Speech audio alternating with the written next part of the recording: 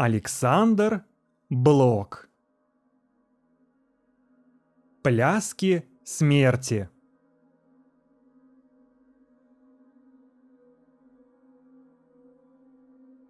Стихотворение первое.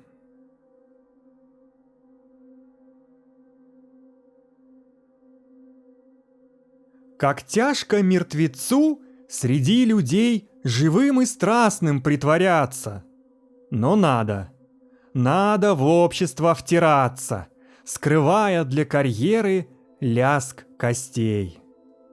Живые спят, мертвец встает из гроба.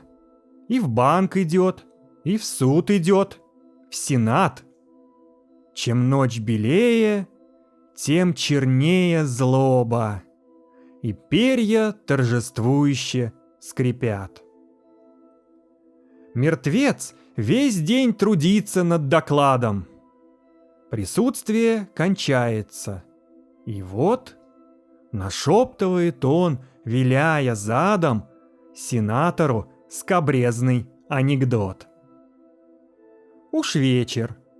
Мелкий дождь зашлепал грязью прохожих и дома и прочий вздор, а мертвеца к другому безобразию скрежещущий несет таксомотор. В зал многолюдный и многоколонный спешит мертвец. На нем изящный фрак. Его дарят улыбкой благосклонной хозяйка дура и супруг дурак. Он изнемог от дня чиновной скуки, но лязг костей музыкой заглушен. Он крепко жмет приятельские руки. Живым казаться должен он. Лишь у колонны встретится очами с подругою. Она, как он, мертва. За их условно-светскими речами ты слышишь настоящие слова.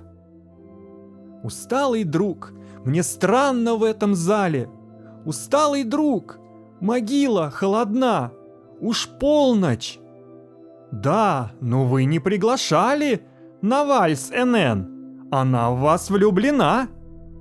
А там НН уж ищет взором страстным его с волнением в крови.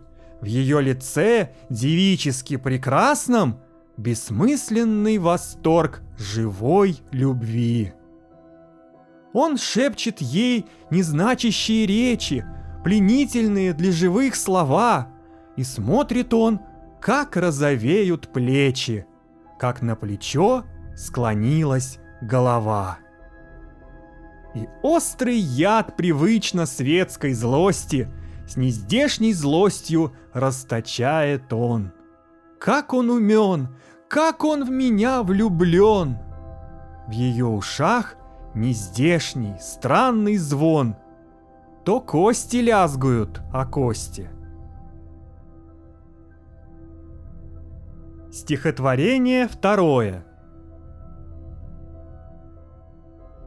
Ночь, улица, фонарь, аптека. Бессмысленный и тусклый свет. Живи еще хоть четверть века. Все будет так. Исхода нет. Умрешь, начнешь опять сначала, и повторится все, как встарь. Ночь, ледяная рябь канала, аптека, улица, фонарь. Стихотворение третье. Пустая улица.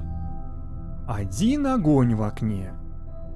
Еврей-аптекарь охает во сне.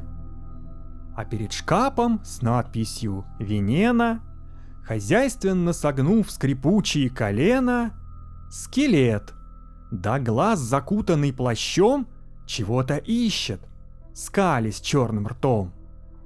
Нашел. Но ненароком чем-то звякнул, и череп повернул. Аптекарь крякнул. Привстал, и на другой свалился бок. А гость меж тем заветный пузырек сует из-под плаща двум женщинам безносым на улице под фонарем белесым. Стихотворение 4. Старый-старый сон. Из мрака фонари бегут. Куда? Там лишь черная вода.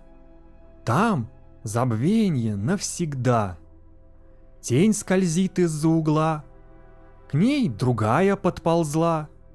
Плащ распахнут, грудь бела, алый цвет в петлице фрака. Тень вторая, стройный латник, или невеста от венца.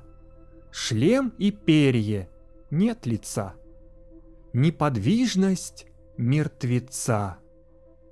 В воротах гремит звонок, глухо щелкает замок.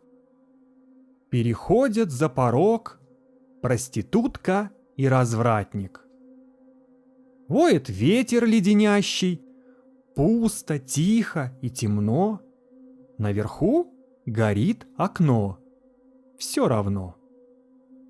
Как свинец черна вода, в ней забвенье навсегда. Третий призрак. Ты куда? Ты из тени в тень скользящий. Стихотворение 5. Вновь богатый зол и рад, вновь унижен бедный. С кровель каменных громад смотрит месяц бледный. Насылает тишину, оттеняет крутизну каменных отвесов, черноту навесов.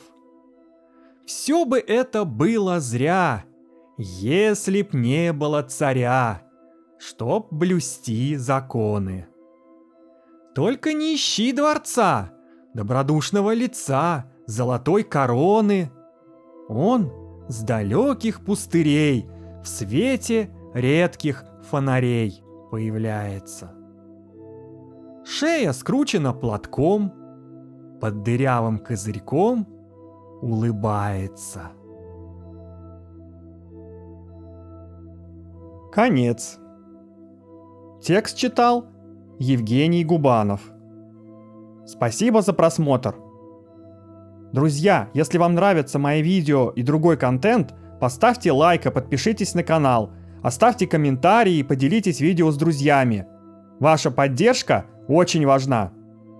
А если желаете поддержать развитие канала материально, становитесь моим подписчиком на Бусти или Патреоне, или же можете разово задонатить через Donation Alerts. Все ссылки в описании.